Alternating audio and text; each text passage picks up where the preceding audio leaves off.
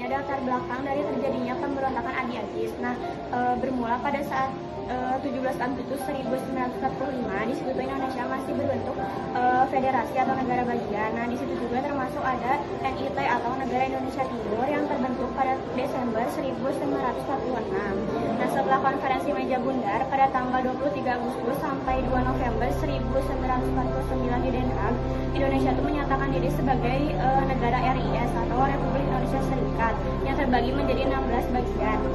Nah, itu dilakukan Indonesia supaya kedaulatannya itu diakui sama Belanda. Nah, cuman perjanjian dalam KMB itu cuman akal-akalan Belanda doang biar Indonesia itu terpecah belah dan tetap mempertahankan jajahannya saat itu oleh Belanda. Nah, namun keputusan KMB itu nggak bertahan lama karena ada golongan unitaris yang mengajukan NKRI sehingga wilayah-wilayah termasuk NIT itu melebur di dalamnya. Nah, jadi intinya dari latar belakang pemberontakan Andi Agis itu karena Andi Agis itu menolak adanya rencana penyatuan NIT ke dalam bagian Negara Kesatuan Republik Indonesia atau NKRI. Nah, Andi Agis itu memang masuk ke dalam golongan federalis yang menolak penyatuan itu. Nah, pemberontakan Andi Agis ini terletak di Pulau Sulawesi yang dimana lebih khususnya di Kota Makassar. Nah, pemberontakan Andi Agis ini dimulai pada saat itu yang dimana pulau ini masih dalam kesatuan NIT yang dimana negara Indonesia bagian timur. Nah, NIT ini menolak untuk bergabung terhadap negara Kesatuan Republik Indonesia yang singkatannya yang ini NKRI. Selanjutnya ada tokoh pemberontakan dari Andi Agis. Yang nomor 1 ada Andi Agis. Karena seperti yang kita tahu bahwa pemberontakan Andi Agis dipimpin oleh Andi Agis sendiri, atau bisa dibilang dia merupakan tokoh utama dari peristiwa ini. 2, ada Presiden Sukawati, merupakan pemimpin dari negara Indonesia Timur yang juga sangat dihormati oleh Andi Agis. Beliau juga lah yang menyarankan Andi Agis untuk menyerahkan diri ke Jakarta. Nomor 3, ada Mayor H.V. Worang, pemimpin pasukan APRIS yang diutus oleh pemerintah RIS untuk menangani konflik internal di NIT antara golongan unitaris dan golongan federalis. Nomor 4 ada Letkol A.E.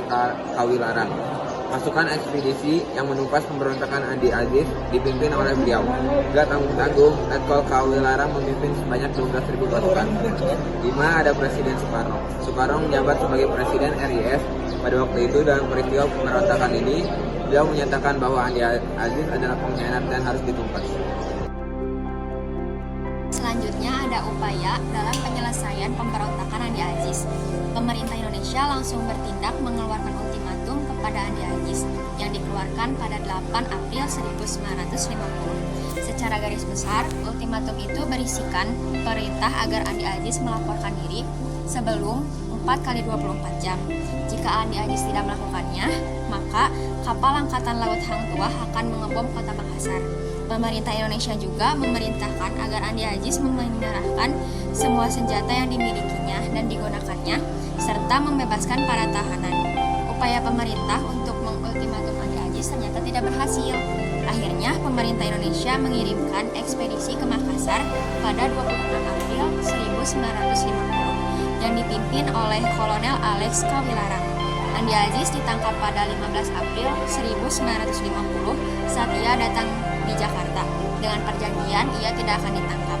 Namun saat ia tiba di Jakarta, Andi Agis langsung ditangkap. Yang terakhir ada dampak pemberontakan Andi Agis. Yang pertama ada penyerangan ke markas TNI di Makassar, di mana karena memiliki kekuatan yang jauh melebihi kekuatan APRIS dan TNI, Andi Agis dan pasukannya dapat berhasil menguasai kota Makassar dengan mudah. Dan yang kedua ada bergabungnya negara Indonesia Timur dengan NKRI. Pada waktu itu situasi politik di Makassar memang sedang rusuh karena banyak demonstrasi. Namun karena makin banyak negara-negara bagian atau daerah yang bergabung dengan Republik Indonesia, akhirnya Perdana Menteri RIS yakni Muhammad Hatta mengadakan pertemuan dengan Sukawati selaku wali negara NIT. Mereka sepakat membentuk Negara Kesatuan Republik Indonesia. Yang ketiga ada terbentuknya pasukan bebas. Nah, sempat terdengar berita bahwa pada tanggal 5 April 1950, pemerintah RIS akan mengirim sekitar 900 pasukan APRIS dan TNI ke Makassar, sehingga bekas anggota KNIL di Makassar bergabung dan membentuk pasukan bebas di bawah pimpinan Andi Agis. Yang terakhir ada penyerangan markas Panglima Teritorium, yaitu disebabkan oleh Sohukil, yakni penjabat NIT yang ingin NIT tetap dipertahankan. Alhasil Andi Aziz mengerahkan pasukannya untuk menyerang markas Panglima Teritorium, di mana ia bersama anak buahnya melucuti senjata TNI yang sedang berjaga.